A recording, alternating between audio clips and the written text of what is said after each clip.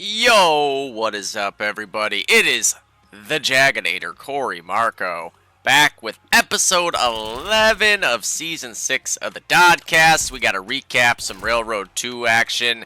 It was a very fun week of Railroad 2 matches, to be honest with you. Lots of crazy movie clips, lots of fun games. We even got to do a delayed cast for, well, we got to do a couple of delayed casts now the last couple of weeks, which, just a reminder, anybody out there who wants to ensure that their games get casted, just find a way to record that HLTV. I'm not sure how hard it is to set up.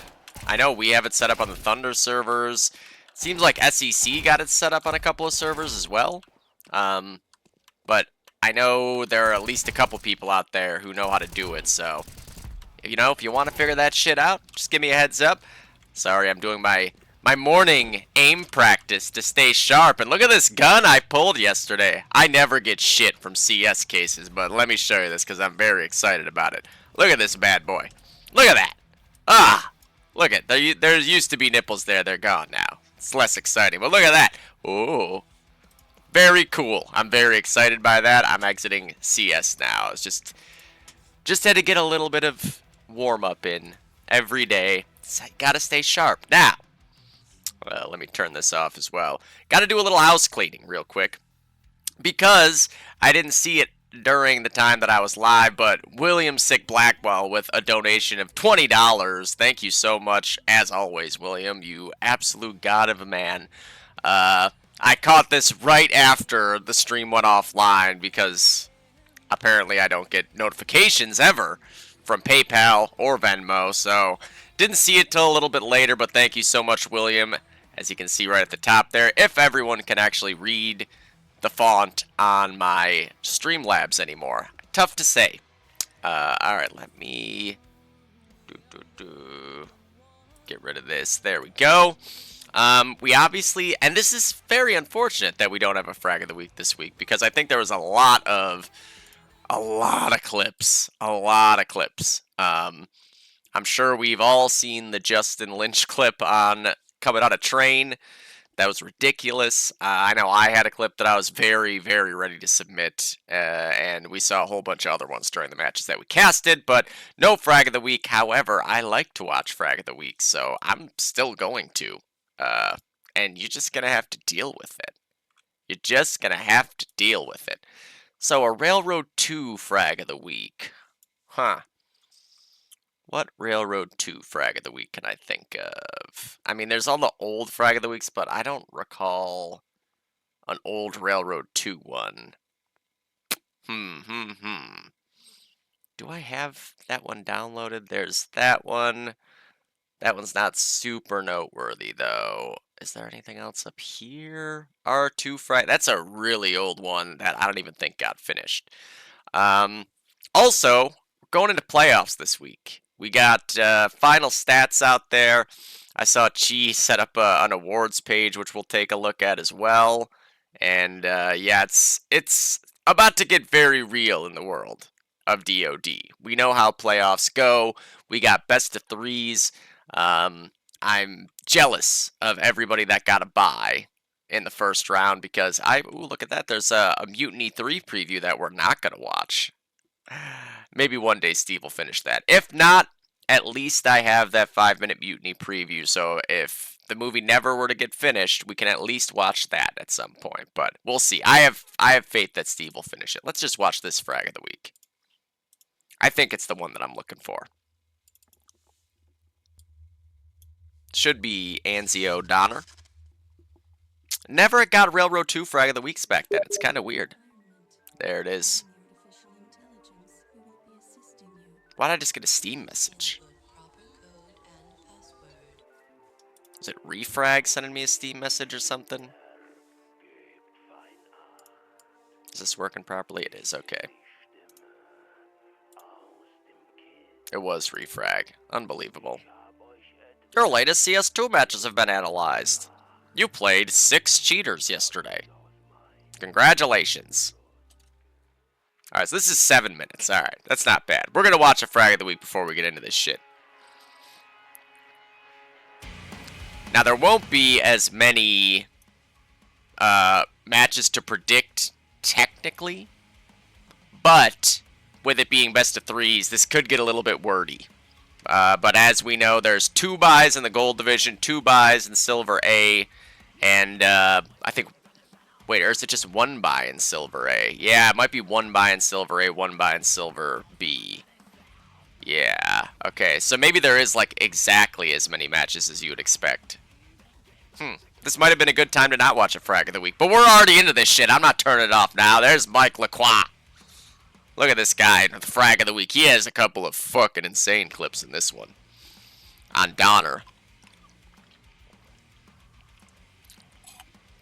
The Anzio clips are okay, but the Donner clips are insane. I kind of wish that Frag of the Week since this time at least did this kind of thing here, right, where you have the top division match scores and top fraggers. I always thought that was really cool.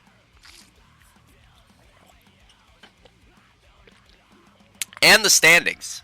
There you go. Top fraggers of Week 8. Nick Patton. I didn't even need to see it. I knew who it was. 77 and 30 on Donner. Toxinator. Aimbotting in 2004. Max. Garth. Netherhell. 57 and 22. That's a very Netherhell score. And Team Risk, Veracity, Exigent, whatever you want to call them, in first place, tied with Check 6 at this point. But then they lost a pretty fucked up game in the playoffs on Donner. This was 2005, I think, actually, not 2004 at this point. Guess what, guys? We get Ninja in this Frag of the Week as well.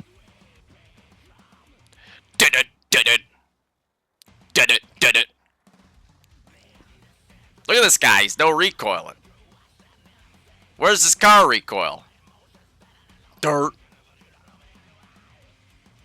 Dirt. Oh, there was a little bit there. Okay. Dirt. Oh, okay, so this is actually topical. This was the last week, Frag of the Week of the regular season, and playoffs were next week.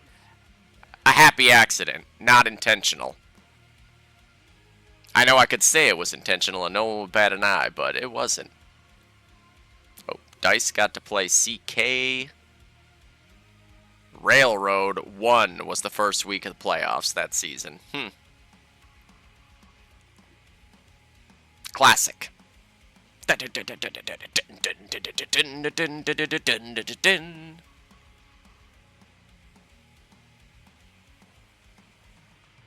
Bam. The original Brazilian stud team right there. Action.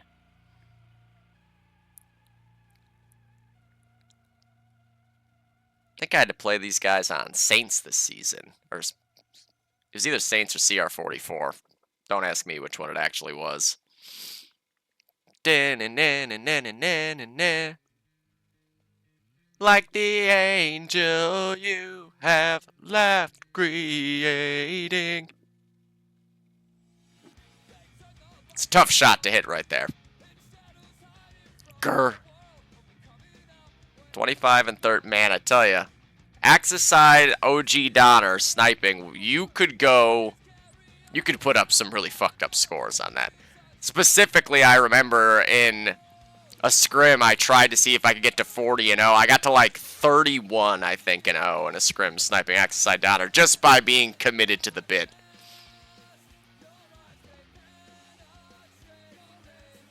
Wintow. It's when I got up and left. Careface, man. It's a blast from the past. Master Ender.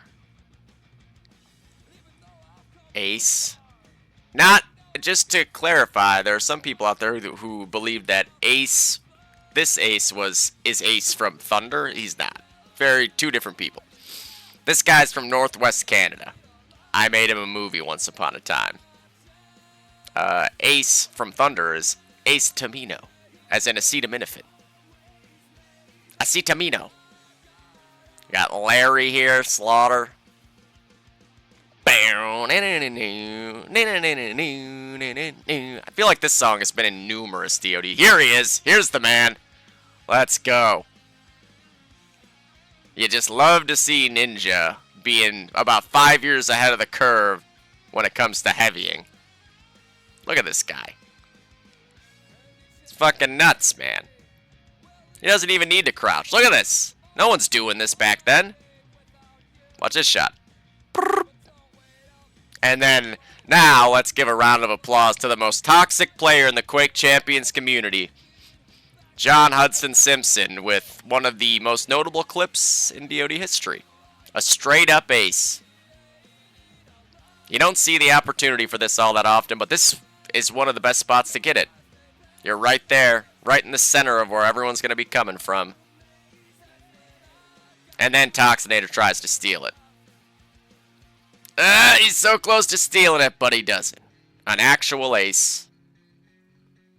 Bam, bam, bam, bam, bam, bam, bam.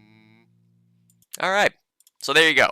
That was technically a frag of the week with some relation to what is happening currently in KTP. Hopefully someone will do frags of the week for some portion of the playoffs. If I were doing it, just as a tip, if anybody out there is interested in doing it, you should just do it for the whole playoffs. Get just the best clips you can out of everybody for the whole playoffs. No having to deal with filler. You're going to have to tell some people, sorry, but this clip isn't good enough. But you want to make a memorable frag of the week, that's how you get it done. Do like I did the one time I was making one frag of the week, and then I didn't get enough really good clips to do it in that week, so I extended it to another week, and another week, and another week, before eventually it was like 7 weeks worth of matches or some craziness. Alright. Now, let's get... Oh, wait. First of all,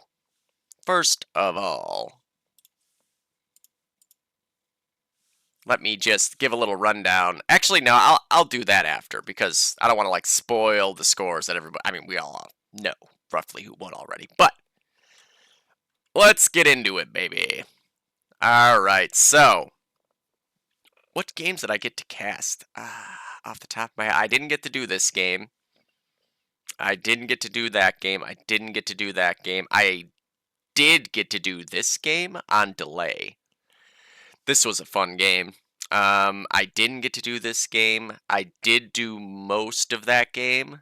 I did this game, and I did the end of this game. So, decent amount. So we'll do the ones that I have no idea what happened first. Right off the bat, we've got No Pussy and On-Time Arrivals in one of the Flex ranked matchups.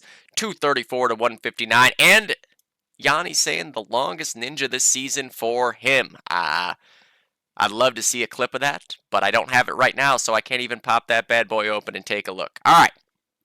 First half here. It's Allied side for On Time. They do get the dub on the Allied side, so it looks like 159, 234. Ooh. So they actually had a better... Oh, wait, sorry. No, they had... Yeah, okay. For a second, I was confusing myself. So they were able to, it looks like if I had to guess, maybe get a cap out on their Axis side to keep this relatively close. That's kind of crazy, though. Look at that. 143 there, 142 there. Very, very similar in the amount of actual, like, fucking offense teams were able to get on their allied sides. Alright, so, first half. 143 to 92 on-time win on the easy side there. Kills +7 for on-time arrivals. 29 apiece for Pro Star, War Within, and Azilla. Looks like there's no Ian this week, and War Within is on the Sniper. 18 for Bobby, 17 for Epion, and 22 for Bullet. For some reason, I read that as a 29 at first.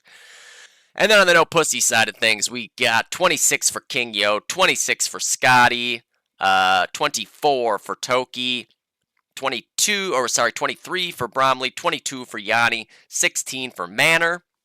And then on to the second half, Allied side for No Pussy this time. They're able to defend just a bit better than On-Time Arrivals was, as it's 142 to 16. Kills are +57. Holy fuck. Oh, wait. It looks like there might be a lag out in there. There's no way that there was 2 players on one team that had single digits for both kills and deaths, right? Like, there's just no way. There's something off about this kill total, but regardless. Okay, so 124 deaths. That looks like that's more in line with what it should be. So yeah, there's probably like an extra 21 kills here. So not 57, like more like 40 plus 40 kills, which is still kind of a big differential. Huh. I don't know. Anyways, for the no pussy side of things, Manor with 31 on the bar there, having a nice comeback half. 30 for Toki on the sniper, of course. 28 apiece for Kingyo and Scotty. 22 for the Brom Bomb. 21 for Yanni. And on the on-time arrival side, 31 for Cody. 22 apiece for War and Azilla. 17 for Bobby. 7 for Bullet. 4 for Epion. No clue what the lag out situation is there, but no pussy gets the job done, ending the season on a winning note. And we'll see how everything shook out in the standings later. All right. So, Style Argentino versus Expired. You got a 218 to 107 victory for Style Argentino here. Oh, shit, I might have to pop this one open like that. Can you guys still see that? Okay, you can when I do that. All right. So, first half, 140 to 26 in favor of Style Argentino on their allied side. Kills 163 to 120 for them as well. For Expired, you got 25 on Master Kenneth. You got 22 apiece for Skiro and Raven. You got 20 on Sean, 17 on Budagas, and 14 for Coffee. And then, on to the second half here. I'm going to have to open this one up too, it looks like. We've got 81 to 78. Expired do... wait, is that an 81 or is that a 61? That is an 81. Okay, they do win their allied side, but obviously by not enough. Argentino actually outfragged them in this half as well, 154 to 121. But on the Expired side, Raven with 33 there on the sniper, I assume. Oh wait, it's 5. So we're actually missing one person's score here on the Expired side. Master Kenneth is not there for the end round. So the kills are not plus 33, really, for Argentino style. But anyways, 33 for Raven, 26 for Budagas. It's not Master Kenneth that's missing. Who was it?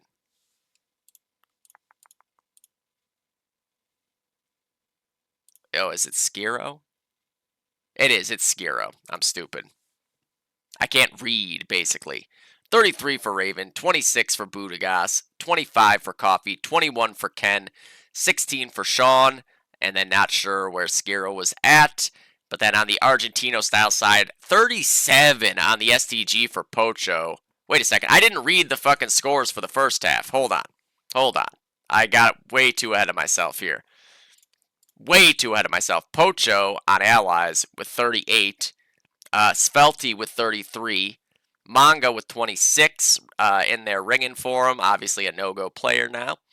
And then Proxy with 24, GZ with 24, and 18 for Empy. And then onto the Axis side, 37 for Pocho. So that is 75 and 42 for Pocho on the heavies. What a game for Pocho. That is monstrous. 26 apiece for Svelty and Empy. 25 for Proxy, 24 for GZ, 16 for Manga. And yes, after a couple hiccups on my part trying to read that and fucking it up, a big win for Style Argentino. Relatively close game, but yeah, Argentino Style ending the season on a winning note. You love to see it. All right, moving on to the next one that I didn't get to cast. Okay, no, I'm good. This is No-Go versus a DOD team. No-Go winning it 249 to 146. All right, so on the allied side for No-Go, 136 to 31, 169 to 134 are the kills. For a DOD team, Crawd again with 32 kills. I got to make sure to double check all the stats after all this because I'm sure Crawd ended up with a really fucking high number of kills per half to finish out this season. 24 for Mike, 23 for Nick, 23 for Quarter, 20 for G, 12 for Bo. And on the no-go side, Rye Guy with 39 on the bar, having a big old half there. 31 apiece for Darren and Blue, 25 for Kush, 22 for Dedro, and 21 for Manga. And then on to the second half here. Axis side for Nogo, Allied side for a DoD team. A DoD team does, again, similar to the Argentino-style game. The Allied side was a win for both teams, but one team was just barely squeaking out a win. Kills were actually +7 to Nogo there as well. All right.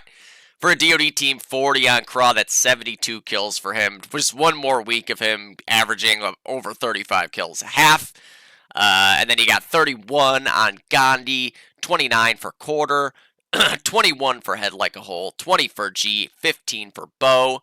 And on the no-go side, Jesus, 43 kills for Darren. I see he appreciates that Axis Loft as much as I do. 26 for Deedro, 25 apiece for Kush and Manga.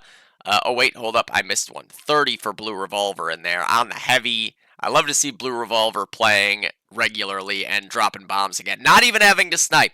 Just goes to show, man, don't pigeonhole snipers. Like, just because we're out here sniping and being good with the sniper doesn't mean we can't drop a couple bombs on other classes sometimes, right? Just maybe not with nades for a lot of snipers. I'm just anal enough to like practice nades even when I'm sniping. So, because on the off chance I do end up not sniping, I don't want to fuck up. Since I often end up not sniping when I'm playing for Thunder one way or another. But yeah, 30 for Blue, 26 for Deedro, 25 for Manga, 25 for Kush, 20 for Ryan, and a big old W for No-Go, finishing out the season in style, really looking much, much better in the back half of the season, without question.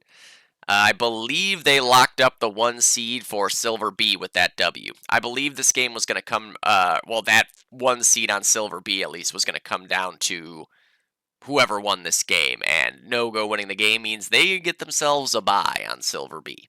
Unless I'm wrong about that. Let me double check. It looks like they do. Yeah. I'm not sure how exactly the tiebreakers ended up working out in the end. Let me look here. Where's match alerts? Okay, yeah, so a DoD team is playing, so that means for sure No-Go got the bye. Alright. That makes sense. Okay, so, big finish to the season there for No-Go, obviously. And on the silver side of things, the final game we have to recap. SEC versus Red Shirts. This was another very big game at the top of the Silver A side. 240 to 135. This was a very fun game to cast. There was a lot of movie clipping going on. I got to do a delay cast too, so I was able to kind of go back and double check a couple of movie clips. But yeah, I mean, this was just a dogfight. You can see there, Red Shirts win their Allied side by 5, so it's another kind of similar game in the sense of all the teams are winning their Allied side. It's just how much are you winning it by? How well are the Axis sides able to do damage control? Red Shirts for sure would have capped out at least as much as... Sorry, not Red Shirts. SEC would have for sure capped out about as much as Red Shirts managed to do in this half. I believe... Yes, they definitely capped out once because Caleb got a cap coming out of ticket for sure that I remember. I don't think it was twice. And it's entirely possible that Red Shirts mostly just controlled this half to end up with that point total here. But 89 to 84, 163 to 142 are the kills.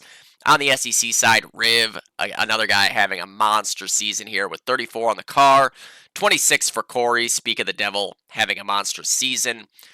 Tony and Pibian with 24 apiece, 19 for Hip, 15 for Caleb, and on the red shirt side, Milo, the guy snipes, man, 35 and 14. I believe he ends up at the top of the silver stats, if I recall correctly. He does, 1.55.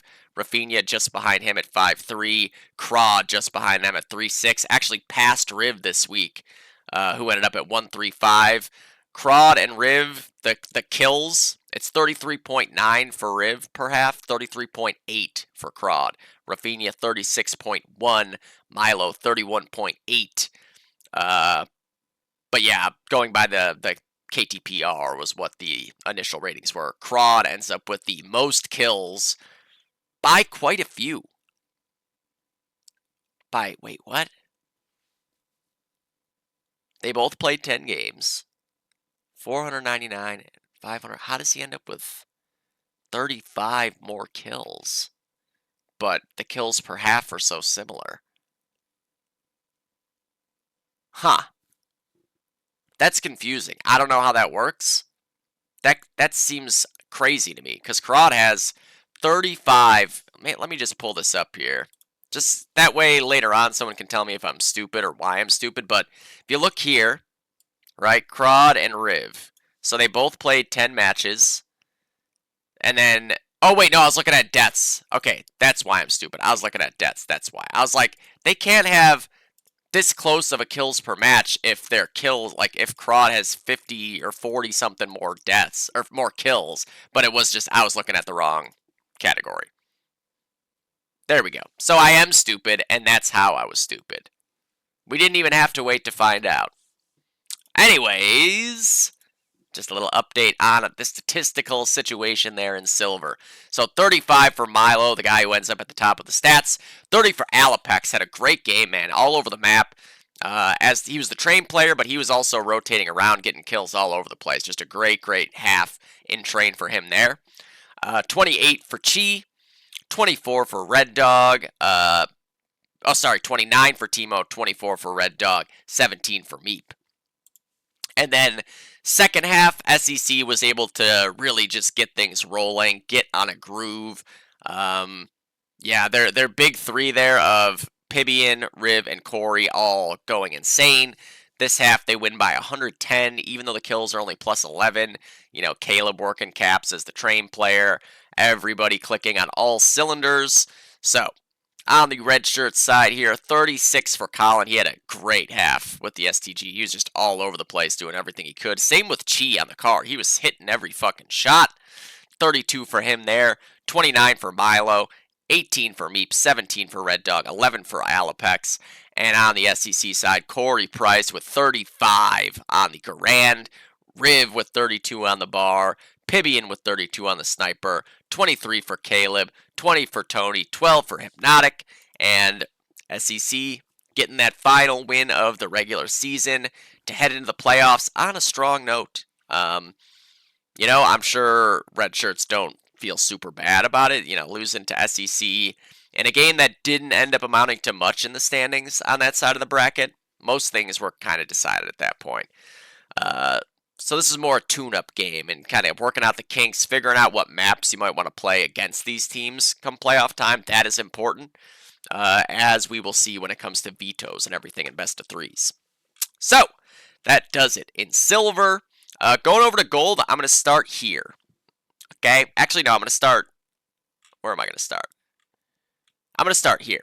So, 3H versus Over. The match debut on 3H for Jules. And yeah, as always, Over played us to a butthole clencher of a game. We win 198 to 124, but it was scary every step of the way.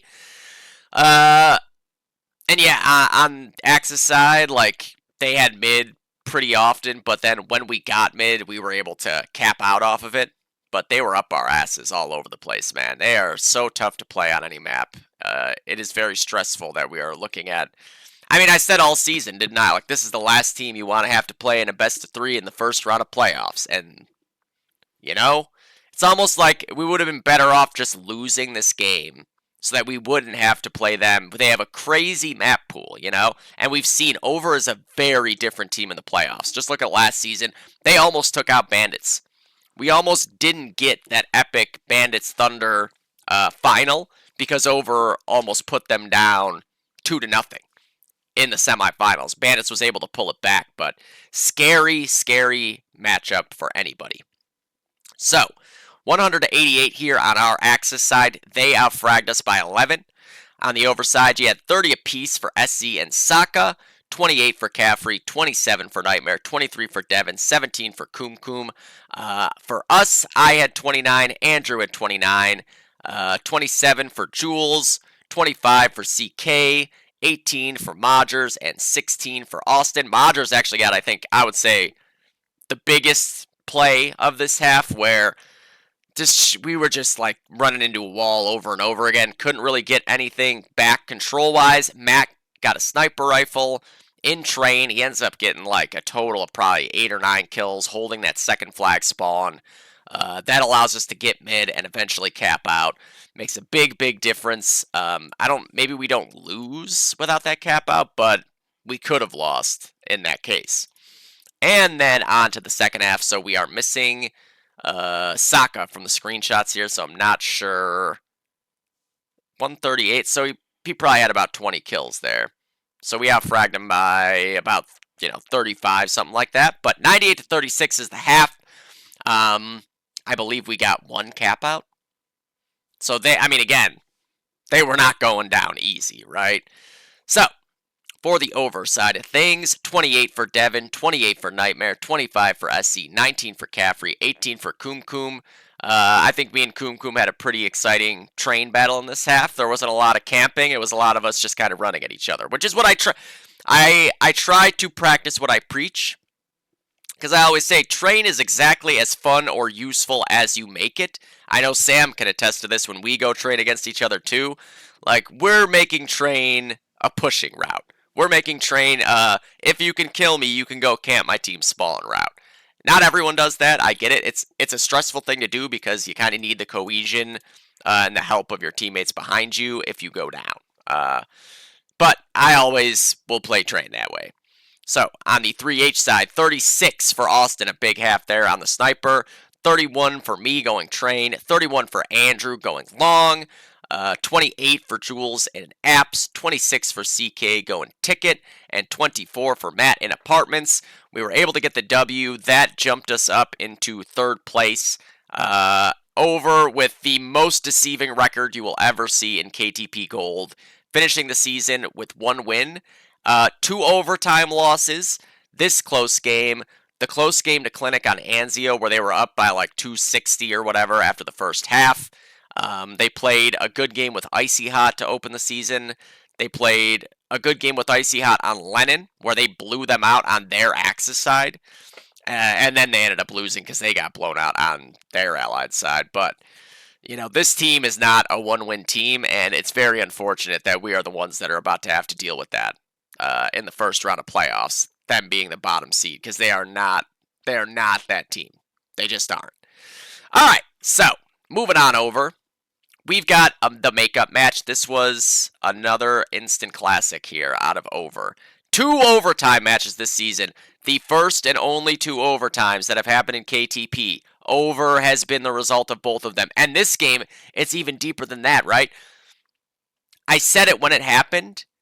At the very end of the first half, with maybe like 2 seconds left, DB gets pushed out of double doors. Like Dice's Axis. Pushes across broken, gets pushed out double doors. Time is really about to expire. He jumps around a corner. He hits a jumping, like STG, running, random, not even aiming headshot. And he gets the Allied second flag, which is 1 point. And at the time I said, if this game comes down to 1 point in any direction, remember that flag cap by DB. And what ends up happening, it goes to overtime. So, that is the game-winning play, effectively, for DICE. In the end, they win by 2 points after overtime, 152 to 150. But they don't get to overtime without that play by DB. A heads-up play, understanding the game, making a push to grab any point they can get. You never, ever know when 1 point might make a difference. I see a lot of people who like to bait flags, and or they'll just fucking bypass the flag. Who cares? We'll get it later when we need it.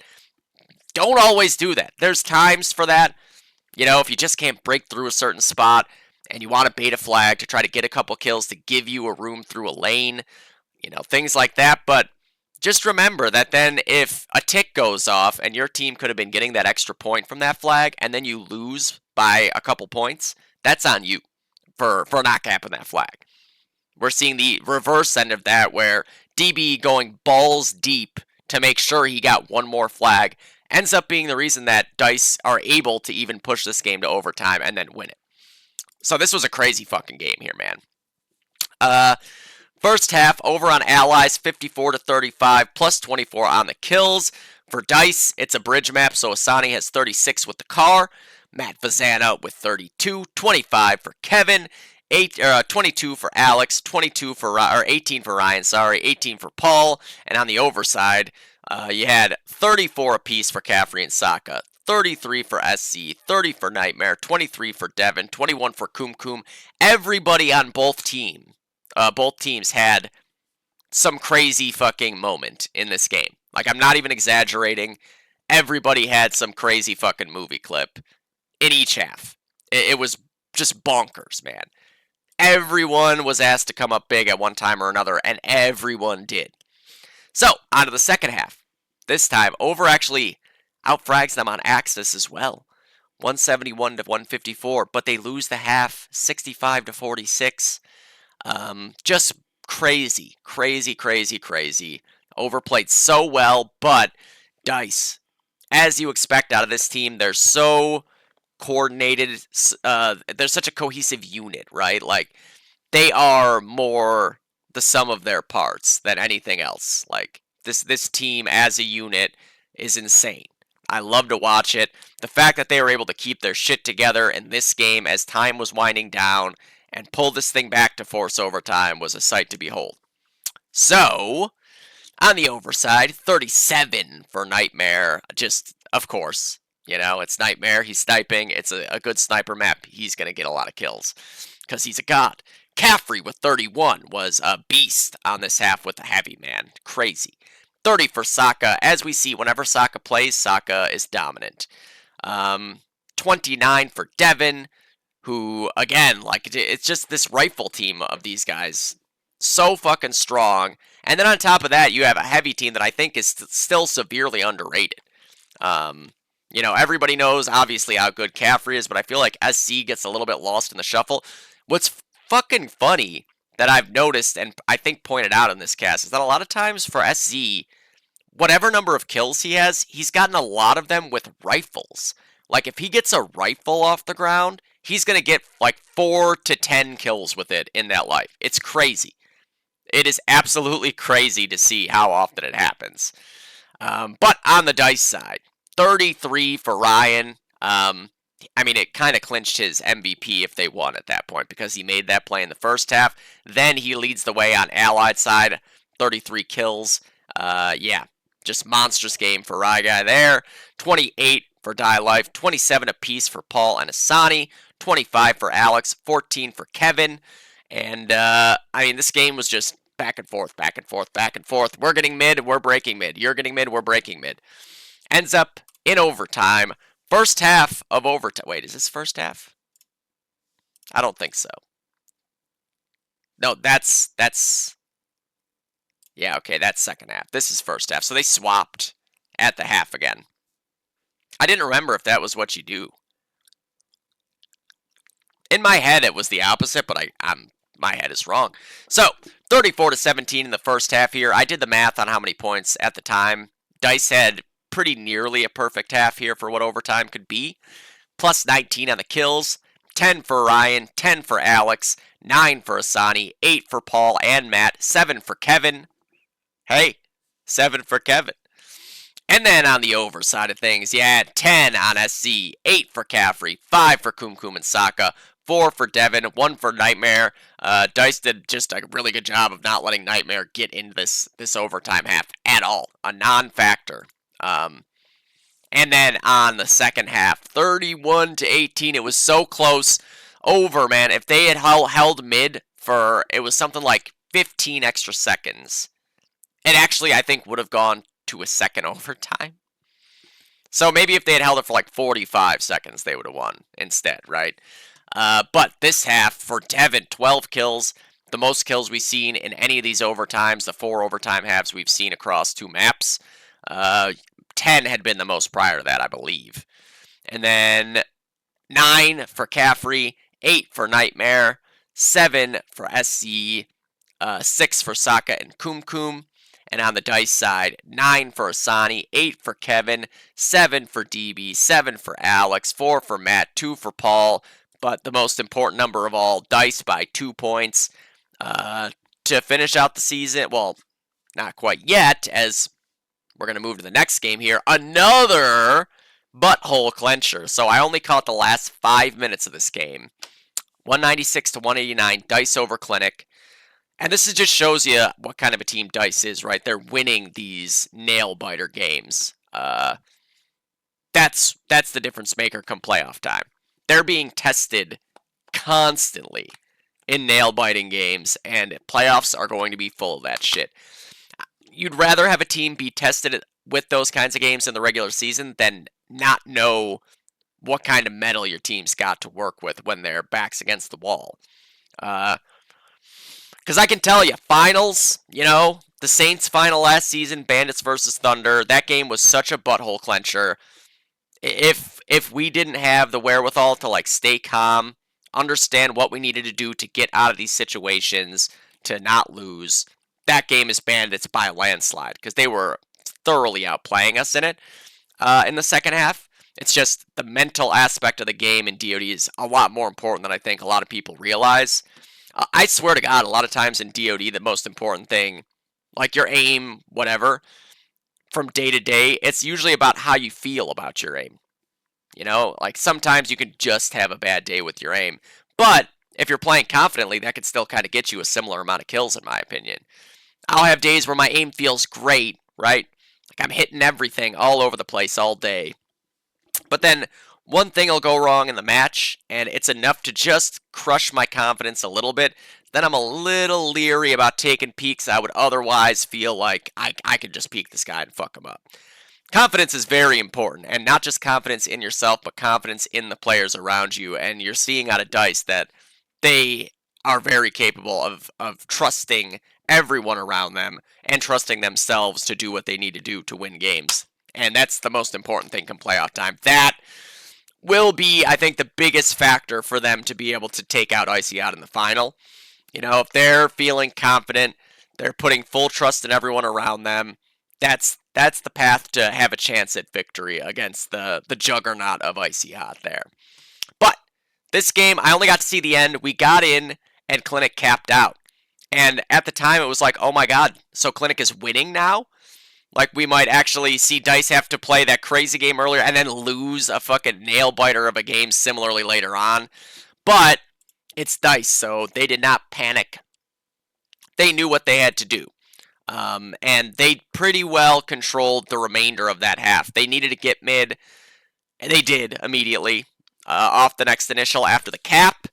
I believe then they broke it when Clinic was looking to get back on it, and it looked like they might get it. I think Clinic maybe jumped the gun a little bit early, if I recall correctly. Like, they thought they had an opening to go for mid, but it was actually like just a split second late. And yeah, Dice did just enough to win in the end by 7. So, I didn't get to see this first half at all. 114 to 84, plus 30 points for Clinic after their allied side, plus 2 on the kills, very close there. Carpenter, of course, 32 kills on allied side, 30 for Vic on the bar, 28 for Insom, 28 for Tom, 23 apiece for Scott and Sam.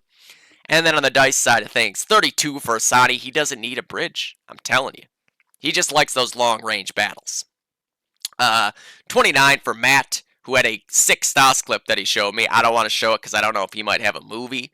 There's another one, though. Like, if there was a frag of the week, maybe you guys could have seen it. It's unfortunate. Once the Thunder movie's done, I will be available to maybe attempt to make one, but it's not there yet. Will be before the season's over, though.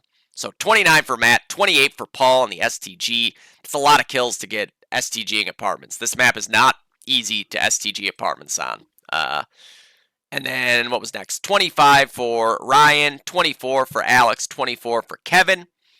And then on to the big dramatic second half here. 112 to 75. Dice win this half.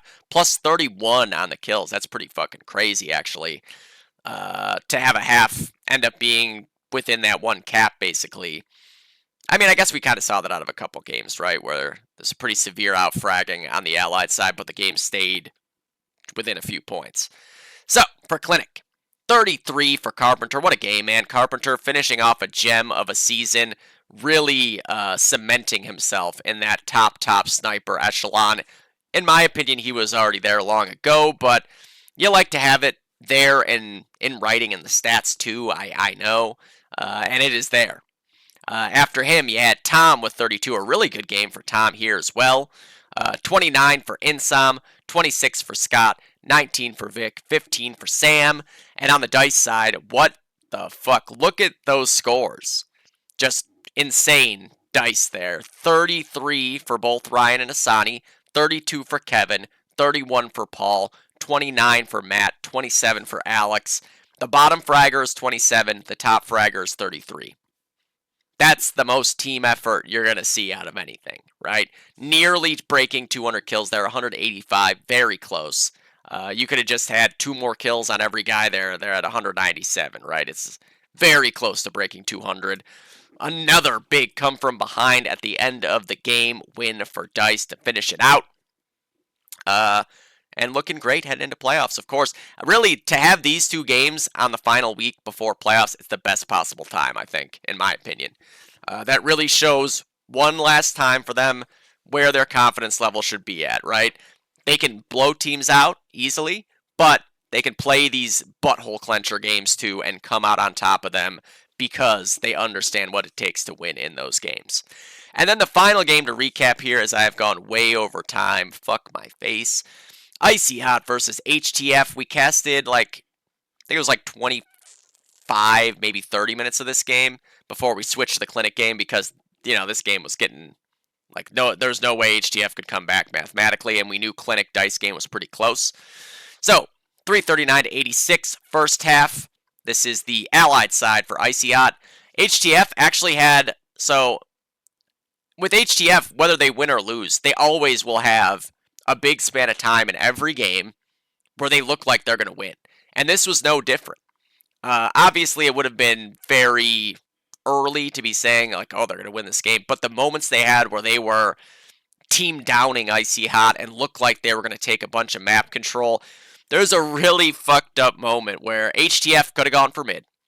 They had everybody down on Icy Hot except a guy in ticket, right? And HTF, I don't remember if they had 3 or 4 guys in mid. But what happens is they all get on mid. Then 2 of them get off mid.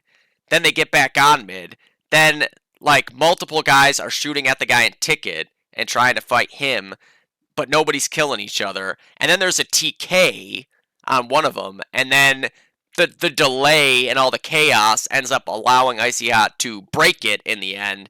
It was just oh my god, if they just proned on mid, there's nothing this guy could do about it. He'd have to fight 3 guys at once that are all prone looking right at him, but instead they were all trying to fight him, or at least 2 of them were. It was very tilting to watch because they could have got mid control there, been able to have time to get set up, but it was just one of those things where everybody was a little bit out in front of themselves, trying to maybe take too much initiative to make a big play for their team. We all do it, it's a very common thing to see happen. But on the HTF side, 28 for Luke, 28 for Jared, a really good half there. He was very clutch in this half. It could have been a much, much larger deficit if not for the clutch kills that Stamp got on the sniper rifle numerous times. Where he was literally 1 versus 6. He was the last guy alive and had to hit a clutch shot on somebody going for a last flag or 2. And then you had 24 apiece for Cam, Piff, and Justin, and 19 for Stark. On the Icy side, 36 for Justin Lynch, including just the most fucking insane movie clip coming out of train that there's ever going to be. I wonder if I could pull that up. I kind of want to because it was insane. It was made into a clip, so I should be able to. Videos. This should be it. I will pull this up for everybody to enjoy, just to give you a little picture of what happened here. Dice wins. Dice wins. Oh. Icy Hot wins. No, that's not it. That's not it. That's not it. That's not it. That was me. God damn it. Where is it? I need clips. What the fuck? How stupid am I? I thought it would just be right there. Can I sort by top in the last 7 days? There we go. There it is. I knew there was a way to do it. The main point of concern for HTF is this one right here. Justin's got 1, swing and a miss, but he hits the headshot on Stark. And Justin Lynch, he's got eyes out of 3rd. He's got 3. Justin now, he's in a real good spot here to go for 4. There it is! Oh my god, this guy's a savage. Justin with a 5th as well. He's got the flag. He's still alive. 10 HP on Justin Lynch. 5 kills to his name. He wants 6. He's got it too. Justin, will he be able to get 7 here? And an absolutely legendary clip here at the last flag of the Axis. Unbelievable. Justin still alive. He's got 8. He's got 9. Oh my god. Now, a one-man wrecking. this is a bit of a flop by me there, because I said what I said was he's going for 7. I said he was going for 7, so that in my head when he got the next kill, it was he's got 8. He actually got 8 kills, not 9. So I fucked up there. That's on me. But what a clip. I mean, again, as somebody who's, I would say, seen more DoD demos and DoD matches, and this is not something I should be proud of, than anyone else in the game. And play, like if you combine the playing, the demos, the casting, the movie making, all that shit, I'm the biggest nerd in DoD history. That's the best train clip ever. Sorry to anyone else who thinks they have a better train clip. There are some other good ones. There's been a couple good Tox clips coming out of Train. There is the propaganda clip in, I think it was a main semi or final. It was in Mutiny 1. Same with Steve's clip from Web 2 Zone coming out of Train. But, I mean, no. You could look at Ninja's clip, maybe, from that one frag of the week, but that's Railroad 1. We're talking Railroad 2 here. That is the clip right there. So, he had 36. 34 for Jesse, 32 for Mitch, 31 for Ben, 26 for Sean, and 22 for Willie Blackwell. And then on to the second half, 241 to 73. They almost broke 200 there. You had 42 on Jesse, 36 on William, 34 for Sean, 33 for Mitch, 27 for Ben, 22 for Justin, and on the HTF side, Justin Simpson with 30, 29 for Luke, 25 apiece for Stamp and Piff, 24 for Stark, and 12 for Cam. And, yeah, that's just a big old W there for Icy Hot. They finish undefeated in the regular season. They're trying to do something that's only been done once before by NSA, going wire to wire without dropping a map. As far as undefeated regular seasons, even in Gold goes, we had in Season 1, but then obviously we lost in the semis. And then NSA in Season 4 went wire to wire all the way, and then now this is the 3rd time anyone has gone undefeated for even the regular season. So, you know they're the favorite, right? I think it's going to be very, very difficult for anyone to beat them. They are just a well-oiled machine playing their peak DoD right now. They look absolutely unstoppable, and we are going to have to see what happens as the playoffs develop. So, god damn it, 52 fucking minutes, man. 52 fucking minutes. It's not good. It's too many minutes. Oh, shit. Alright. Bring this up. And... Okay, so, let's look at the stats, right? One more time, how the regular season finished out. Here's the silver stats. Milo, 155. Rafinha, 153. Drew, 136. Riv, 135. Pibby 128, tied with Ian. That's the top 5. Colin and Chi and Toki all right outside that. Soya, Corey, Nitrox, Ben, Nicholson, Mike. I don't want to name every single fucking name here, but you get the gist. You can read. And then the most kills, Rafinha. He averaged 36 kills a half. Riv was 33-9. Drew was 33-8. Milo, 31-8. And then it looks like Chi 29-7, Colin 29-6, Pibby 29. And in the gold side of things, you had 3 Icy Hot players here as the top 3, which is just crazy. That has definitely not happened before, where a team was able to be so dominant that the top 3 is just them. So 1-2-5 for Jesse, 1-2-3 for Ben, 1-1-9 for William, tied with this guy. We didn't get to play a 10th match. Over just took a forfeit on Armory, which could be relevant, as you'll see later. And then 1-1-4 for Alex. I mean, that's absolutely crazy to me for Alex to end up with these stats as a 3rd rifle. That's very impressive. Carp, 1-1-2. And then we have 2 more Icy Hot guys. So, like, what's this? 1, 2, 3, 4, 5. So you technically have 5 Icy Hot players in the top 5. because, you got a 3-way tie here and a 2-way tie here. I mean, that's pretty fucking crazy. I don't think that's at all hyperbole to say. That's pretty fucking crazy, man. And then Justin, CK, Kevin, Justin Lynch, DB, Asani, Caffrey, Devin, and it's, you can read again. And on the kill side of things, William with a dead even 30 there. Jesse with 20. Oh, wait, sorry. Justin with 29.8. Jesse with 29.5. And 28.7 for Sean. 28.6 CK. And 28.4 for me. But we can go to the awards for some of this stuff, right? MVPs going to Rafinha and Jesse. You got the flaggers, you got the fraggers. So 600 on the dot for William. That's pretty fucking funny. Right on the dot, and 3,000 for Icy Hot on the dot, which I thought was probably like unheard of, but I actually went back and checked a couple of other season stats to see just how like insane that is. And there's actually been a few seasons that were pretty shockingly more kills than that, and even some seasons with more kills and less matches. Like I believe NSA had it was like 3,215 or something like that. We didn't have the team kill number for 1, 2, and 3, so I have no idea if there was anything more substantial in those seasons, but there could have been. And then we have a bunch of single game awards here. Most flags, Hip and Element, most kills, Riv with 101, Dillard with 81 on Saints, highest KD 219 for Ben, 310 for Blue, best 6, like the all-star team sort of for class, Milo, Riv, Riv is the third, which is kind of interesting, I guess because he's played multiple classes, right? Drew, Timo, Rafinha, Chi, and on this side, which you could have just pretty much put Icy Hot here, really. But I'll take it. I'll take getting named in this. Ben, Alex, Jesse, Mitch, William, me.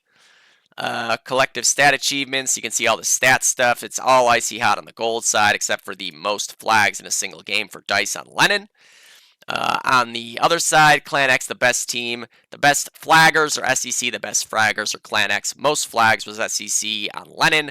Kills for No Pussy on Harrington, 375. 389 for Icy Hot, by the way. Nearly averaging 200 kills for both halves in one game there. And 153 for No-Go, 131 for Icy Hot. Then we have the last second edition here. Dillard, obvious one in gold. I would say in silver off the top of my head, Schmaltz. I don't see one there, but No-Go has had a big turnaround, and Schmaltz was added mid-season there. Or at least started playing mid-season. My voice is leaving me, guys. Rafinha with the oh my god, how are you in silver, given that he dropped 36 kills half. I love this award. Sandbagging like a boss on Milo. What more is there to say? Best performance on a losing team. You had Crawd versus the Redshirts, of course. And then Justin, who had 86 kills for Here to Frag versus Dice on Lennon. Best rookie, Soya. If you were going to do best rookie for gold, I guess it depends how do you quantify rookie, right? I don't think Kevin has played in gold yet, so he could be, but I would say you'd have to give it to Asani. Obviously, Kevin, a gold player, always, just hadn't played in gold yet. Asani, who was a true rookie last season in KTP, now in his second season going to gold and putting up great numbers. I think that would be the one there. Best manager, I don't know for gold. I have no idea. Skiro for silver, though. Most improved player. That one's a tough one, I think. Right? That one's a tough one. I'd have to look through some of the stats from seasons past and this season to figure that one out. Not sure. Caleb for the flags are my life. And then you have Carius, Daddy, Crawd, and Carpenter, which, let's see here if we look by team. So for the qualified players, at least, you got Carpenter at a 112, and then I guess everyone else is kind of like under that 1 mark. You look at Dice, you got a couple guys there.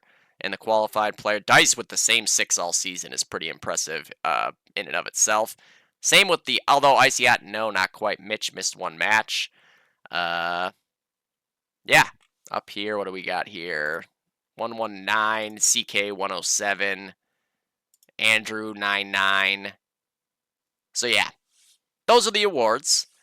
And then the standings: Clan X 10-0, Icyat 10-0, SEC 8-2, No Pussy 8-2, Dice 8-2. I believe that the actual order is the proper order for how the playoff seedings went down as well. So we need to get into playoffs. I maybe should have planned this a little bit better because my voice is losing this battle right now. And it's going to be tough to do this. It's going to be tough to do this. Okay. Let's try. We're going to try. So this is a DOD team versus Argentino style. Okay, Clinic HTF, 7:30 Eastern on Sunday. I'll definitely get to cast that. 9 p.m. Eastern for 1 and 2. Maybe I'll get to do a 9 o'clock game, maybe. You got Expired in the Wickeds here. That's 2 p.m. Eastern. That's the same time we're playing our match, so I won't get to cast that. Wait, Bullet says match times are still being discussed. No, it's 9 Eastern. There's the HTF Clinic one, and then, yeah, we're playing over at 2 p.m. Eastern. Is that all the matches? I feel like we're missing something here. I just gotta run with it, if I'm being honest. Do we have maybe more information in here? So, Silver A, Red Shirt. Oh, there's like a qualifier match. That's right, the way that it works out. Okay, so no, this is the proper amount of matches. This is the proper amount of matches. It wasn't a bye for just the top 2 teams. It was a bye for most of the teams, and then 2 teams were going to have to play each other to get into the next stage in Silver, whereas in Gold, just the top 2 teams get a bye, and everybody else is playing from there. All right, so let's take a look at the bans for all this stuff. All right, so here we can see a DOD team, Argentino style. DOD team bans Lennon, Argentino banning Anzio. DOD team picks Harrington, okay. Argentino picks Railroad 2. They looked very good on Railroad 2 versus Expired. A ban of Saints. I don't think that's a bad idea. Ban of Thunder. That could be due to trauma from last season's finals with a DOD team. And you end up on Armory. Okay. So, let me see what they played each other on. A DOD team and Argentino style. No. No. No. No. Alright, there it is. So they played Thunder. Oh.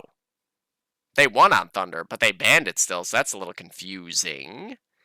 Okay. Well, not much to glean from that. Alright, so what's map 1? Harrington. Harrington, week 1, a DOD team. 457 to 137 over the Wicked, so that explains why they like that. Argentino style lost to No Pussy, 746 to 77 as well. So you got to favor a DOD team there, right? They got strong players on Harrington as well. Nick is good on Harrington. Quarter is good sniping Harrington. Drew is going to be a menace. And, of course, Mike as well. So what's the second map? Railroad 2, right? So we just saw Railroad 2 for Argentino style here. Pocho was absolutely insane. I am curious what the potential lineup is since they have Manga playing here. Is Manga going to be ringing? Unclear. But everybody on Argentino style looked pretty strong on Railroad 2. What I will say is that a DOD team, I think, going to be pretty fucking good on Railroad 2 as well. Gandhi always been a very strong Railroad 2 player. Quarter, good sniper on this map. And then Crawd, of course, in Apartments, going to be unstoppable. And then the third and final map of Armory. So who did what on Armory for them this season? Argentino Style lost to No-Go, and a DOD team lost to Red Shirts by a little under 100. So not necessarily like super strong looking map for both of them. Obviously, though, tough matchups for each of them. You know, I mean, I gotta favor a DOD team here. I think whether it goes 3 or 2. Certainly, Argentino Style looks like they are very good on Railroad 2. I could easily see them taking Railroad 2. Pocho having 75 kills in apartments means he might have a chance to try to like go head to head with Crawd there. You know, Svelty, big gonna be a difference maker there on a map like Railroad 2. Is MP gonna heavy? Is MP gonna snipe? Unclear what the situation is lineup and class wise for Argentino Style. But just based on you know the results from the season and everything, I would definitely go with the DOD team on Harrington. I think Railroad 2 is a little bit more of a toss-up, and you could definitely easily see Argentino Style steal a map there. But then it goes to Armory, right? That's getting a little tougher. I think a DOD team with Crawd on Armory, we've seen Crawd just, he's got to be one of the highest kills per half for anyone on Armory throughout its existence, if I'm being completely honest with you. I think he might be like, you know, him and Mitch, I think, have been the two most noticeably ridiculous Armory heavies across all the games that I've seen and casted, at least. I've certainly missed a lot of Armory too, but that's the big X factor there, right? Crawd on Armory, good luck, I say, because he will have Box Hall locked the fuck down just perpetually. And that makes everything a lot tougher. And it's not like he's going to go get it and hold it and just sit there. No, he's going to be just up your ass, pushing docks, pushing fucking rope, pushing courtyard, you know, just pushing your face in the mud. So, got to go with the DOD team there. But I could easily see it going 3 maps for sure. All right. On to the next one. Where are we here? There wasn't a second match in that. We had the match in Silver A here. This is a very, very interesting one as well. All right. Silver A. Wait a second. I got to do this one. Wait, what? Expire versus Wickeds. So there is a second match here. I don't understand. Okay, so I just kind of fucked up in what my understanding was of the format here. But there is a second match in Silver B. It is Expired versus the Wickeds. Alright, so pick band-wise. Expired bans Anzio, Wickeds ban Lennon. Expired picks Harrington, Wickeds pick Thunder. Expired bans Sates, Wicked. We end up with Armory as the third map. That's pretty common. Armory again. No Armory there. It was Thunder. That seems to be the thing, right? It's either going to be Thunder, Saints, or Armory as the third map most of the time. And in this case, we ended up with Armory, Thunder, Armory, Armory, Armory. So if you haven't been practicing your Armory, my friends, you in trouble. I feel like there must be another match to be played, right? Am I missing something here? No, I'm not. Well, we'll see what happens. All right, so it was Harrington, Thunder, and Armory. Where is the Harrington match at? Harrington Expired. Had a good game, actually. They look pretty good against on-time arrivals on Harrington. For the Wickeds, they lose by 320 to a DOD team. So you can see why Expired want to pick that. I like Expired's look on Harrington a lot. And I would favor them to take their map choice there. And then what was map 2 again? Thunder. Huh. Oh, rail. I was reading this as rail yard. So rail yard not an option in the pick ban. Alright, so Thunder. Here we have the Wickeds versus Clan X. The Wickeds didn't look bad in that game, though. And then Expired versus Red Shirt. So you can kind of see, again, I think the thought process there. Wickeds feeling like Expired just not going to be strong on this map. Whereas Wickeds playing against Clan X felt like they had a pretty good grasp on it, which I agree with. That game is a tough game against Clan X, but Wickeds had a lot of moments in it. You know, they ended up with nearly double the points of Expired as well in their matchup. So I would favor the Wickeds on on Thunder and take this thing to go 3. And then you got Armory. So expired, played against Clan X, and it is a 250-point deficit, well, loss. And then the Wickeds against on-time arrivals end up as about 287. So pretty similar. That's a toss-up. Looking at the teams in particular, on the expired side, I think Raven on the sniper rifle on Armory, right? That could be where everything is made or broken. You probably see like Skiro, Pizza, Anna, Kenef, Coffee, Raven. Could see Budagas in there. Could see Sean in there. Could see Ali in there.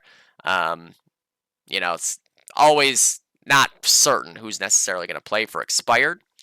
And then on the Wicked side, you figure Man will be in there, probably rifling, but you could see him maybe get put on a sniper on a map like Thunder or a map like Armory. But it seems like he's pretty committed to rifling. Zap's kind of the same deal. Jiraiya Jr., Ryan, Leto, AZ, all kind of getting in at different times. Fusa's even been in a couple matches. I think Armory is what it'll come down to. You're going to want somebody to have an answer to Raven, because this is going to be a good map for Raven. I can assure you he will be a very, very strong sniper on a loft-to-loft big bridge map like that. That's the kind of play style of a map that he will thrive in. So for the Wickeds, make sure your sniper is ready to go for that. Make sure you have a good game plan to deal with bridge and deal with potentially a sniper putting up big numbers against you, because there's ways, right? The sniper having a big game doesn't ensure that that team has bridge. He might just be getting all those kills when the rest of his team is dead, and they can't cap bridge by himself, right? So you need to have your nades on point. You need to have your wall spams on point, because I can tell you, those walls are very spammable. It's annoying a lot of the time. But if they weren't spammable, snipers would never die. So, it's kind of a give and take. Man, that's tough. That's tough. Who do I take there? I want to believe that Expired are going to go and take this thing, just because I've had a lot of fun watching them play this season. They have a really exciting play style. I feel like the Wickeds might have the answer for them on Armory. I think Armory is going to be a close game either way, and I do think it will get to Armory. It might just come down to that sniper matchup, Is Man going to stay on the rifle? Here's the thing. It's not like Man on a rifle isn't going to get 30 kills a half either, right? Just Man being on the sniper might allow them the extra little bit of coverage that they need to deal with somebody like Raven and Anna and Pizza on bridge, or a Kenef, like whoever ends up bridge there. Man, I don't know. I'm going to flip the Zin. Heads is the Wickeds. Tails is Expired. It was heads. All right, so the Zin has spoken. That the official prediction is the Wickeds, but this is one of those straight up coin flip games. Like, I wouldn't want to have to bet my life on who's going to win this series at all, because I do believe it'll go 3. I do fully believe it's going 3. All right, so we've got the... Is there really only one game in Silver A, though? Like, that seems weird, that there's 2 games in Silver B, but only 1 game in Silver A. Who would be the other game in Silver A? Clan X would move straight through. Oh, I can just go like this. What? Season 6A. No. Did I just pick a semifinals game? I might have. Silver B. Yep, I picked a semifinals game. God damn it, I just spent all this extra time picking a game I didn't even need to be doing yet. That's fine. We're never going to have a short fucking dodcast. Anyways, we only have 1 game to predict in Silver A. It's on-time arrivals versus the Red Shirts, so pick ban. Red Shirts bans Railroad. I understand why. After the game against SEC, they're just not feeling the most confident on it. On time, banning Lennon. I think that makes sense too, right? Red Shirts picks Harrington. That makes a lot of sense. They beat SEC on it. On-time arrivals beat Expired, I believe it was, on it. Yes, by 227. Sorry, 227, yeah. And then on-time picks Anzio, we saw they played Argentino style. It started off a little rough, but they ended up turning it around to a big, big win.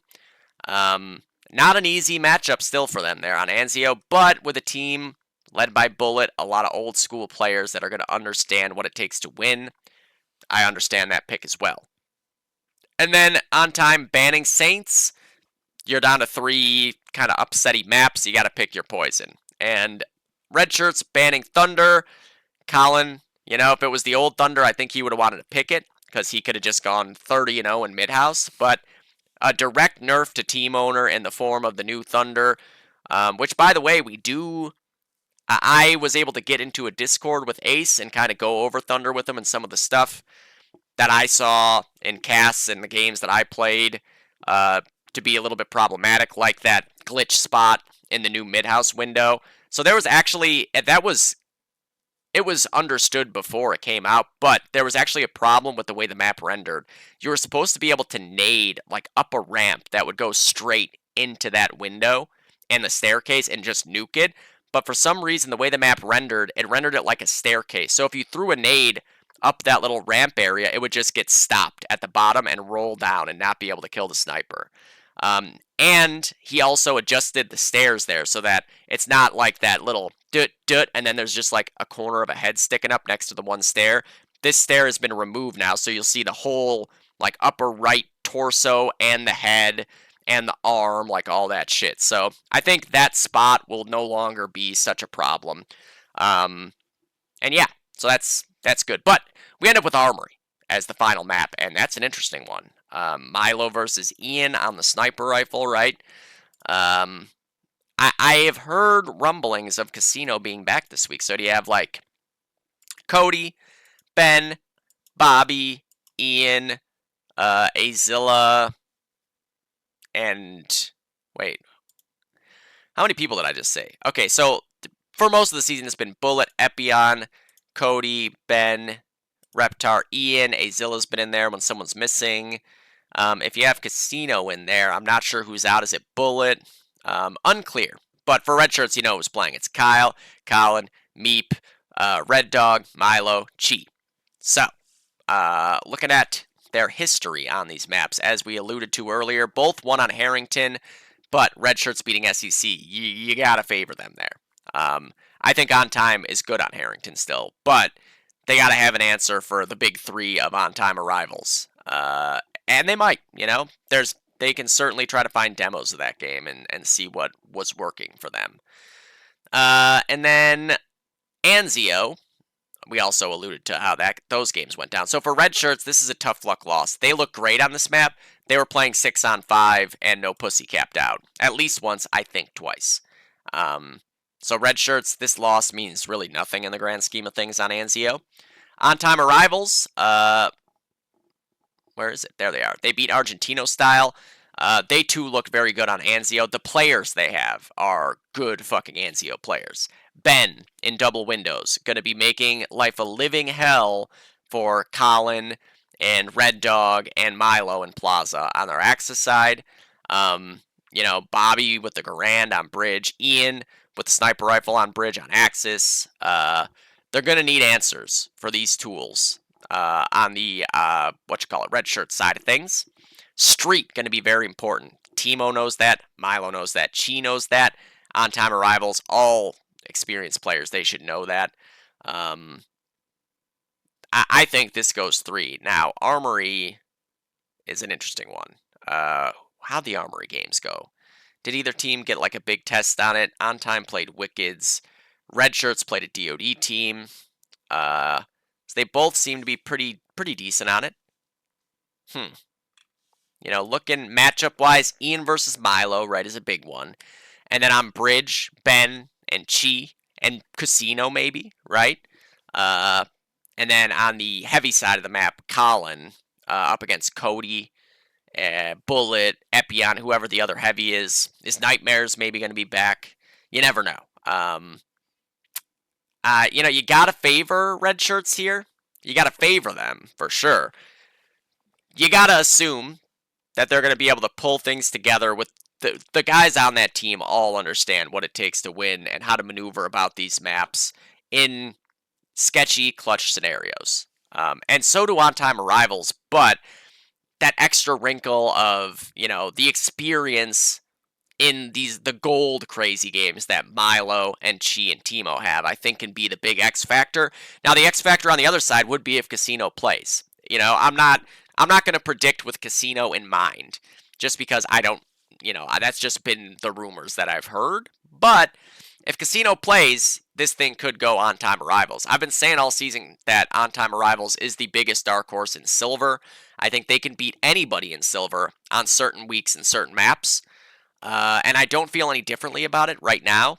I favor red shirts, but something inside of me says like on-time arrivals might end up pulling this thing off. I think it would be done in 3. I feel like red shirts will win Harrington. I think either it's a 2-0 win for red shirts, or you're going to see a 2-1 win for on-time arrivals. That's kind of what my gut's telling me right now. But with the players on red shirts, it gets to a third map, they're going to really hunker down. Milo's going to go like 40-5 in loft in both halves. Colin is going to lock down the box route. Chi is going to hit every fucking car shot on bridge. So it could go either way, but I'm sticking with a prediction of 2-0 for red shirts or 2-1 for on-time arrivals. And I think all the maps will be pretty fucking close, to be honest with you. And then we've got 2 gold games to do here. So starting off with 3H versus over. So we banned Anzio. I don't think I was consulted about that. I would not have banned Anzio, to be honest with you. I think I would have banned Harrington against over, to be honest. But over bans Railroad 2. That certainly makes a lot of sense. We just played each other on Railroad 2. We win. So that makes a lot of sense. I don't love 3H banning Anzio here, if I'm being honest. And I am. I'm being honest. Because I always am going to be on the dodcast. That's what the point of this thing is. I don't love that ban. And I think that got done before I ever saw any of the discussions about it. We pick Lennon. Guess what? Over's very happy about that Lennon pick. Just a little secret between you and I. And then Over gets to pick Harrington. Another map that they love and are very strong on. They banned Thunder. And now here's another one that I don't love, right? Armory. Just as this is what I was referring to earlier, that Armory was going to be relevant. We were supposed to play each other on Armory, and Over decided that they didn't want to play that map anyways. They didn't give a shit. They just took a forfeit loss. So now we have no idea what we're getting into with Over on Armory at all. We haven't played anything on Armory since whatever week Armory was. What was it? Week 5? Week 5. So that's, nearly 2 months ago. And guess what? When we were getting ready for that week's match, we were not looking good on it. Whereas Saints, we just played about 10 scrims on it and a match. I don't know. In my head, I would have picked Saints. I would have banned Armory because it's too unknown for us as a team. And, yeah. I already told everybody this in 3H anyways. I was the one person saying we should really play Saints. Everybody else wanted to play Armory. I feel like we're just tempting fate. It just feels like we're tempting fate by picking the map we were supposed to play these guys on that they gave us a free win on. Take the free win and run with it. They had a great game, obviously, on Saints against DICE, who is a premier team. But we also played Icy out. Like, we're very well practiced on Saints to try to match up with them. I think more so than we are on Armory. But, alas, the pick ban went the way it did. I don't love it as being on one of the teams in it. But, it could go either way, right? Like, we pick Lennon. We obviously must feel pretty okay on Lennon. Over certainly feels pretty okay on Lennon themselves. Harrington, we lost on Harrington this season to Clinic. Not sure what the hell is even going to happen class-wise on Harrington, to be honest. And then Armory, it's a complete fucking unknown quantity. To be honest, if it gets to Armory, that's not a good thing for us. I would say 3H needs to win this in 2 maps to win this series, to be honest with you. But you never know. Maybe I am Maybe I'm just still traumatized by what Bandits did to me on Armory last season. I can't even be like, you know what, I'll just snipe Armory. Because I don't feel like I can snipe Armory after what happened to me. Justin, not nice. Not nice what you did to me on Armory. Now I hate the map. I don't want to play this map. Not against them, especially.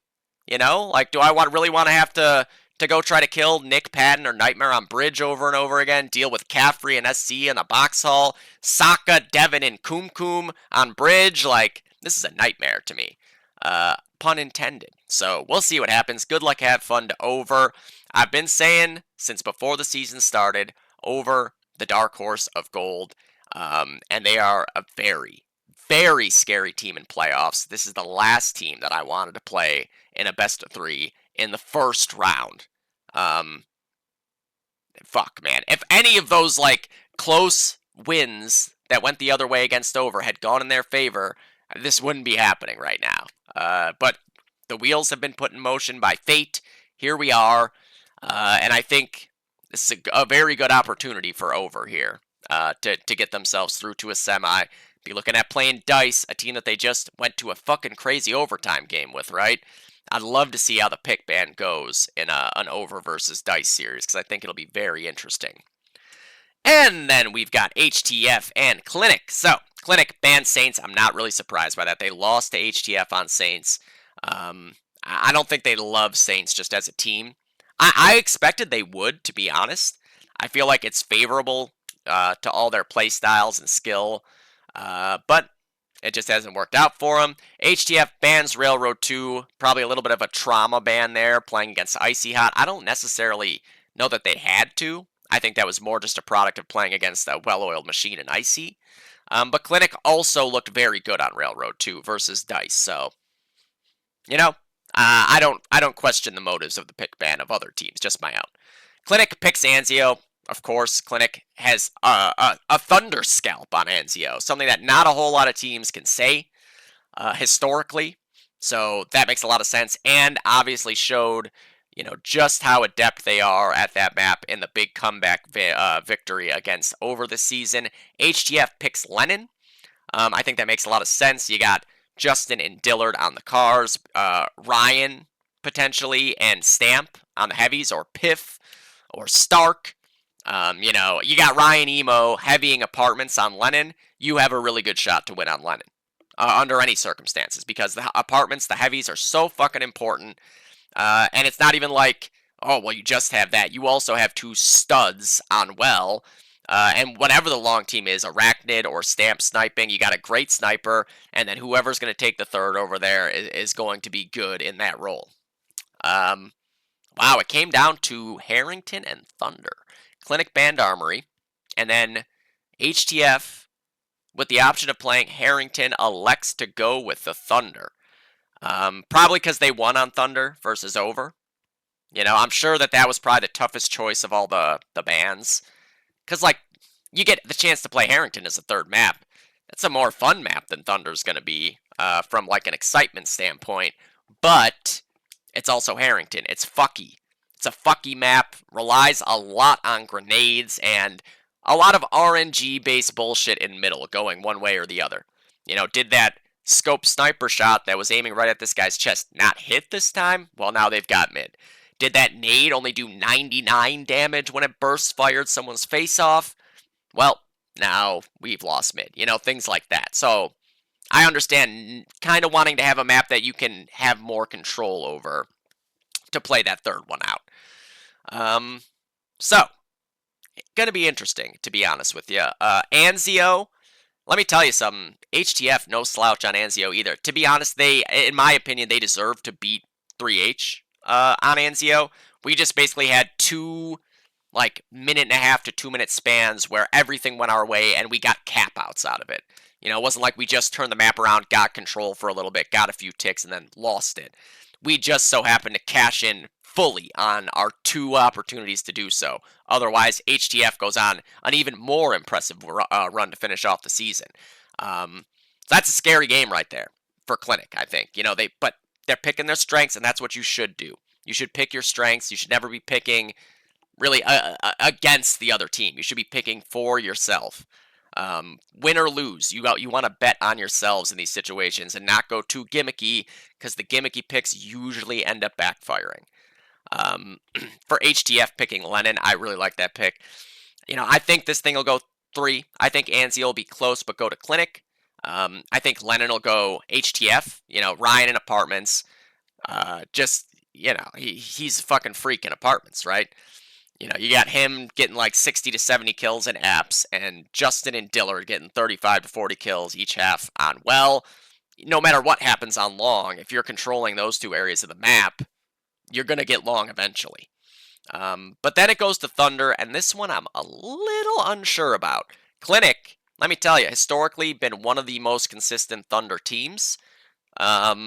Obviously, they had to play Icy Out this season, so none of that mattered. But just throw the Icy Out games out the window when looking at these other matchups, right? Don't even take them into account. They're an outlier statistically in all this. Clinic is good at Thunder. And it's fitting to the strengths that they have as a team. They play very well as a unit. Obviously, there's a chance the lineups for each of these teams could have like a little difference here. You could have Debo in there. You could have Taylor in there for Clinic. You could have Arachnid on the sniper. You could have Stamp on the sniper. You could have Piff Ryan on the heavies. You could have Stark Ryan on the heavies. You could have the Bear on a third. You could have Blackhawk on a third. You could have Stamp on a third. There's lots of variations on these rosters. Thunder's an interesting one, though. I think that kind of takes Ryan out of the equation, unless you're going to have him heavy mid, which isn't a bad idea for HTF, really. Like, just have somebody sit on bunker. Clinic's bunker team is really good anyways, to be honest, especially on Axis side. They're, oddly good on Axis side bunker. Vic and Tom, or whether it's Vic and Tom, or Tom and Debo, or Vic and Taylor, or Vic and Debo. They're always strong on Axis side bunker in particular, so feeding them a second kill may be pointless anyways. But yeah, like that alone, it's kind of like, it's not a map that you look at a marquee heavy as being a huge difference maker on it. It can happen, it's just a little more rare. And then sniper-wise, right, Arachnid or Stamp up against Carp. A great sniper matchup either way. The rifles, Luke and Justin and Cam or Stamp or Blackhawk versus that old school rifle team of Sam, Scott, and Insal, I'm assuming. If anyone's missing, it could be Taylor, could be Debo, could be Tom, who looked great on the rifle when he got to finally play a class that is actually his class, right? Tom has been the ultimate team player for 6 seasons of KTP, just heavying because they need him to. I know how that goes. But whenever he gets a chance to rifle or snipe, he looks great doing it. I don't know, man. This is a very, very tough game to predict here. I think these teams are very evenly matched, and they have a lot of kind of like dissenting strengths. So like the strengths for Clinic match up pretty well on HTF, and HTF strengths match up pretty well on Clinic. Thunder being the third map makes it a little more sketch. It might just come down to the team that it has the better rotations, right? Because you got to hold on to mid. The full caps are going to be few and far between. Or the team that can execute a ninja, which, to be honest, Ryan Emo, I can tell you in an invite final on Donner, we won against No Luck because Ryan ninja capped on Donner. So that might be something Clinic needs to keep minding, right? Be on the lookout for ninjas. I think this will just be a crazy game. We all know I always want to pick Clinic, even against my own blood, right? So, like, I want to pick Clinic, but I also love HTF, man. That team is so much fun. Those guys are all fucking great. I hate this, man. I hate that these two teams are playing against each other in a loser goes home scenario. I'll just do the fucking flip the Zin here. Heads, Clinic, tails, HTF. Who will it be? It hit the floor. It's tails. It's HTF. It's actually HTF. All right. Well, I'm going to pick HTF to win in 3 then, because the Zin said it, but I have no idea. And that's going to be the case for most playoff matches, right? Like, that's why we're here. Matchups should be very even at this point. And yeah, that does it. I don't remember how long. Oh, it wasn't that bad. It wasn't that bad. All right, so playoffs this weekend. I play at 2, so I'm not going to be able to cast till the later games. Definitely going to do Clinic HTF at 7:30. After that, I'll switch over to whatever game is on at that point, right? Hopefully someone will make the frag of the week. It's a bummer some of the clips that we saw in Railroad 2 didn't get to be put out into movie form to be immortalized forever. Hopefully, players and teams movies will end up showing them later on anyways, because you can't have that Justin Lynch clip go unseen. If someone makes an all full playoff frag of the week, message Justin and get that clip from him and put it in that. Count it as a playoff clip. That thing needs to be out there for anyone to see. It needs to be on the record. I know we have the clip on Twitch. That's fine, but it's not a movie clip, okay? Doesn't count. It's not the same. We need that edited in a full-length movie for people to marvel at for years to come. Because when DOD dies eventually, we're all still going to be watching DOD movies for the next 50 years at different times. I know when I didn't have a computer for 8 years there, I was still watching DOD movies almost every day. Just be like, you know what, I'm bored. What am I going to do right now? I'm going to put on the 5.5 Men movie. So thank you again, William, for another $25. I'm sorry that I didn't see that before I went offline. I'll say this all again when I'm live on Sunday as well. So good luck, everybody, this weekend. Good luck over. Good luck, have fun over, to be exact, in our matchup. And yeah, I'll see you guys back next week for episode 12 of the Dodcast. Mwah. Not quite under an hour and a half, but all things being equal, I'm pretty okay with how this turned out. Peace.